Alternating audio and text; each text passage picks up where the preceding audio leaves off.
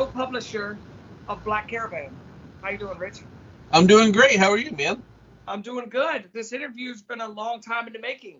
Yeah, I know we keep missing each other and not lining up schedules great, but it's here. Yeah. So, what have you been working on? Oh, I've been working. So I as co-publisher of Black Caravan, Joe and I have our fingers on all the titles that come out. So a lot of the stuff that I'm working, I do a lot of the design work for a lot of the books. So a lot of the stuff I've been working on is putting together. I think Shepherd was one of the last books that I put together. The Perhapanauts, um, uh, the Swamp Dogs, which is coming out pretty soon, in October. But the Ashcan's coming out pretty soon. I touch a little bit of all of them, just like Joe does. And but mostly right now, like I just set up a bunch of banners and tablecloth stuff for Scout and Black Caravan, and doing some design work there. And then I'm coloring Gods of Brutality issue 2 right now, which issue 1's coming out next. I guess this is airing on Wednesday. It's coming out today. So go to your comic stores and ask for Gods of Brutality today, number 1. That was something that I co-created and I'm writing and coloring with my partner Mark Welzer, and then I'm working on more Electric Black stuff. I've got like a page and a half to draw for the next issue, and got to color all my pages. Joe's got most of his pages, I think, drawn at this point. So that's coming out in October also. So yeah, I'm just doing a little bit of everything. I've got a bunch of stuff that I'm writing, and then other books that are just in various forms. Either writing, drawing, lettering, coloring. They're all over the place. So, do you get to pick the books that get put into Black Caravan? Yeah. So basically, what Joe and I do is, it's Joe and I are the main two that choose the books.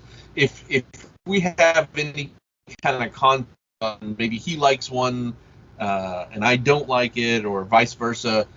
James Hake, the president of Scout, is our third guy. So he'll come in and be the tiebreaker.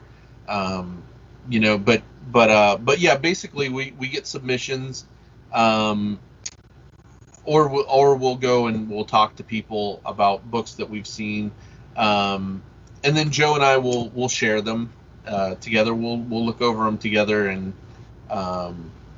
figure out if it's a good fit for Black Caravan or not. And Joe and I have very different tastes in comics. There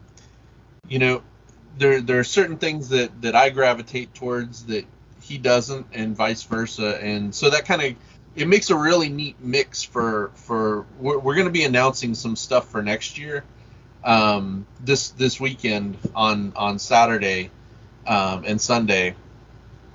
Some books that are going to come out next year, and there's some really, really different things in there that a year ago, we probably wouldn't have looked at them the same way that we're looking at them now. But we kind of wanted to expand. We're doing horror and sci-fi, but we're also expanding into the bizarre, and so there's some books that are going to kind of fit into that category that are coming up. All right. And if somebody wants to pitch their book to you, how can they do that? Well, right now submissions are closed, but people find the link. The link is hidden on our website. Right now submissions are closed, but we'll probably be opening them up later in the year, and we'll have a link on the website that has the ability to email us. But if you see us at a comic convention or something, and you have a physical book or something you can put in front of us, like, we're always open for that kind of thing. We're just not actively looking at the moment. Okay. So I know you worked on Teenage Mutant Ninja Turtles and The Last Ronin. Yeah, yeah. That's one of the first like bigger books that I ever got a chance to work on. I was very fortunate.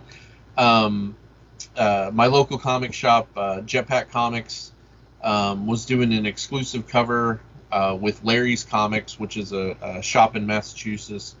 And they, I think I was their second or third choice, but they basically needed a cover like, hey, we need a cover like today. And I think I took the day off from work, like once I heard, and kicked out the cover and got that out and everything. That was Teenage Mutant Ninja Turtles number 22 from IDW, and then that kind of led to a bunch of other Turtles covers. I did a cover for issue 100, which was a lot of fun, and then I did a set of covers for all the Last Ronin books. So I'm done with all those, but I think only 1 through 3 are out right now, and you can get all those at jetpackcomics.com. Okay. So how did this story of Electric Black come about? Yeah, so Joe and I had known each other for a couple years, and like you do, you run into guys in your local comic market, going to conventions and stuff, and we ran into each other a couple times. We took a car ride to Boston together with a good friend of ours, Jarrett Melendez, and we started chatting and talking, and he's a creator that he does a lot of at the time he was doing a lot of his own self-publishing, and you run into a lot of guys that are starting out, that they don't really have a clue where to go. They're a little aimless, and Joe wasn't like that. Joe knew exactly what he wanted to do. He knew how to do it.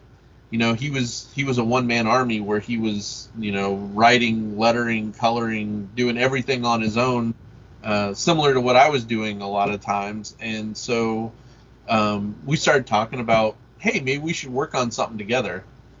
And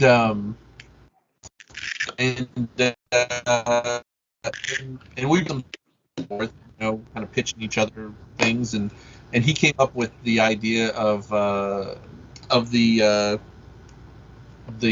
shop that had cursed items, and he had Electric Black, like he had the name. I believe that was going to be the name of his next book. Like he had just, I'm trying to remember if he had just finished Cherry Blackbird or he was working on Cherry Blackbird. I can't remember, but basically this was Electric Black was going to be his next project in that universe that he was building out.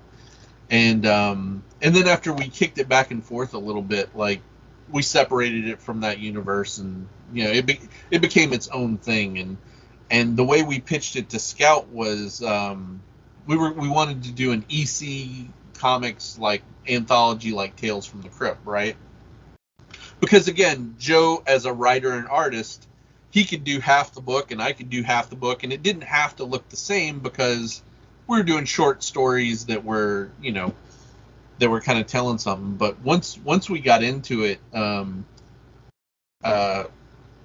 we saw that the bigger story about the Crypt Keeper character, Julius, we saw that was kind of more interesting than those little sub stories that we were doing.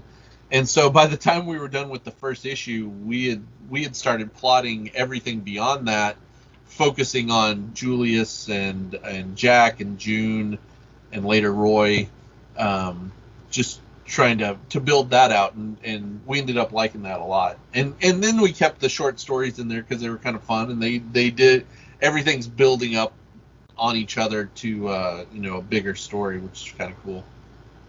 So the Electric Black Presents is their, I guess you could say, origin story? Yeah, totally. It's a bunch of origin stories for let's see, June's origin story, Jack's origin story, Julius, the Yellow Stranger. We have more. I'm sure we have more. Roy, But yeah, those are all origin stories, and then the last issue is going to come out in October, and it kind of picks up it's a little bit of an origin story, but at the same time it picks up from where Electric Black 4 left off. So it kind of takes both those books and kind of like, all right, now we're back on track. All right.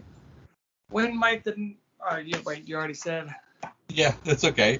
Yeah, October is when the next Electric Black comes out. And what's Gods of Brutality about? So Gods of Brutality is a book about a rock star that goes to hell. He dies and goes to hell, and he's being tortured, and he's trying to figure out a way out of it. So he starts praying to everybody, Buddha, Jesus, whoever he can think of, and he mentions Odin and Zeus, and then you cut to like the Olympia or whatever, and Odin and Zeus decide, well, you know what, we'll save this guy. We're going to send down Thor and Hercules into hell. And so Thor and Hercules show up in hell, and they have to save this rock star from hell. But the thing is, it's not like save them and get out. They actually have to find their way out of hell. So they actually have to fight their way out of hell. So the whole book's going to be the journey of how those three characters escape from hell. Wow, how many issues?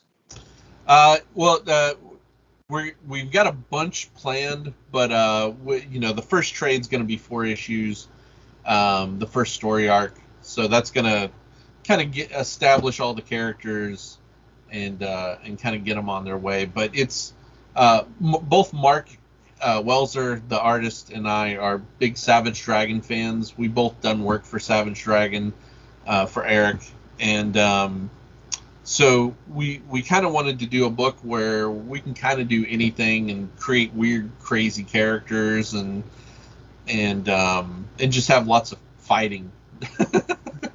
So yeah, if you want like an action comic that's just got a lot of weird, strange fighting in it, like this is the book for you. The second issue, the first issue is all set up, getting them out of hell and stuff, that whole setup. And the second issue, they fight Russian were ants, and they're Russian. And then the third issue, we've got mud witches, we've got lava people coming, like we got all kinds of. The Burgermeister of Hell is our Burgermeister of Purgatory. We've got a mechanical Minotaur that's going to be like a Terminator. Like, got all kinds of crazy stuff coming up. Wow. All right. I guess what's some don'ts when you're submitting to a publisher? Yeah. So I'll do don'ts and do's, kind of like. We get some packages that that are submitted to us. One, if you're submitting to a publisher, read everything that is on the submission page and kind of follow the rules that they set out, because every publisher has a different set of criteria that they want to see before they get a package.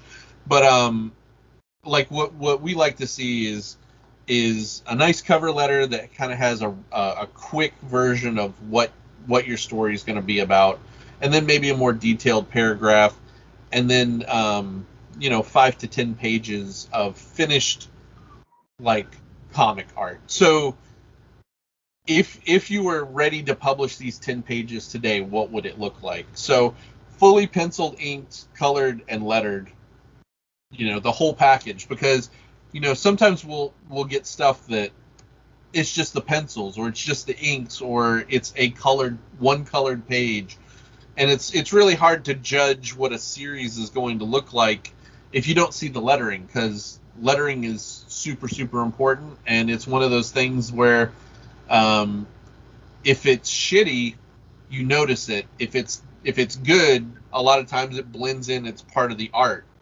I'm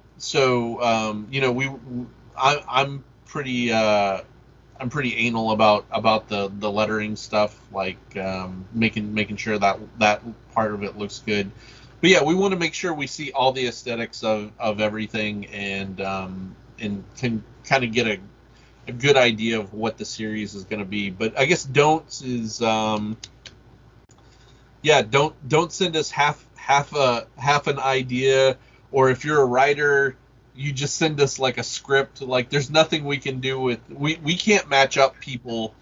You know, we don't know enough artists that are trying to work with writers or vice versa that we can match people up. So I guess the most important thing is sending those fully fleshed out ideas.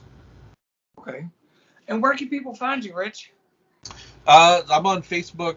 I'm barely on Twitter or Instagram, but I have them.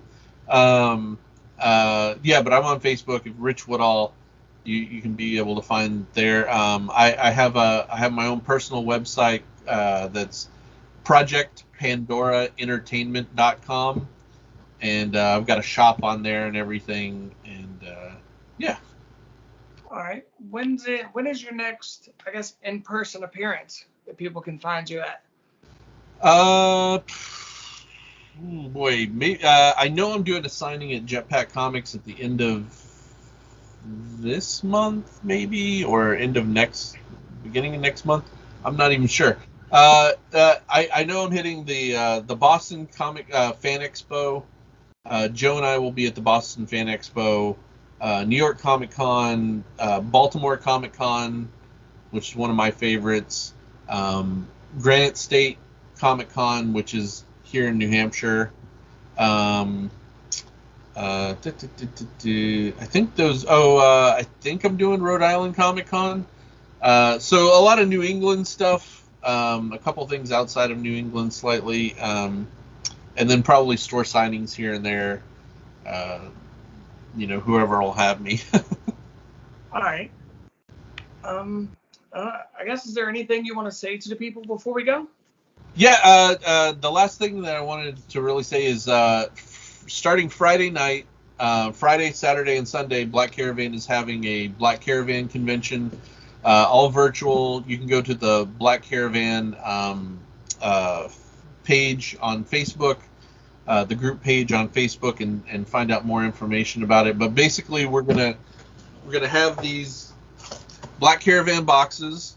There's going to be a limit of 300 boxes they're selling, and in each box is going to be 4 exclusive covers for titles I can't say yet, but we're going to be releasing those throughout the week, and 4 ash cans. And the box is going to be $100.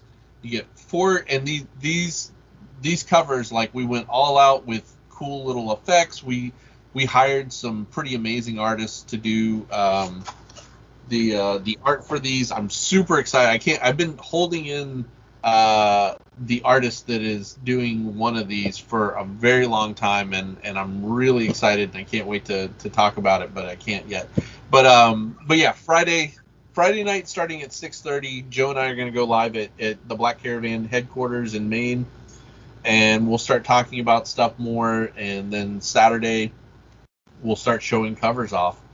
And then we're going to be having interviews with creators and giving away art and exclusive covers from other Black Caravan titles and stuff like that. So yeah, we're going to have a good time. But that's Friday, Saturday, and Sunday. And the only way they can get the books that's in this box is get the box? Yeah, that's the only way. And basically we're setting up a shop on the Black Caravan, which is theblackcaravan.com. It's not up yet. The shop's not up yet, but when we do, that's going to be the only thing available on the shop. It's $100 for a box. The value of what's going to be in it is probably $160 to $200 worth of stuff. So it's going to be pretty cool. Yeah, lots of really, really neat stuff is going to go in there. We're really excited to and we're having all kinds of cool special guests. That a couple of them are going to show up live, and then other ones we're going to bring in via video and stuff like that. So yeah, good times. All right. Well, thank you for coming to talk with us, Rich. Yeah, thank you for having me. I appreciate it. Yeah, we're going to get you back here kind of soon. Yeah, I hopefully we can make our schedules work a little easier next time. Yeah. All right. Thank you. All right, thank you. What? You mean you haven't subscribed to Comic Chat Authority? Oh, come on, subscribe already. What are you waiting for? It's no big deal. Like, man, don't forget to tell him to hit that like button. Yeah, that too. Just subscribe.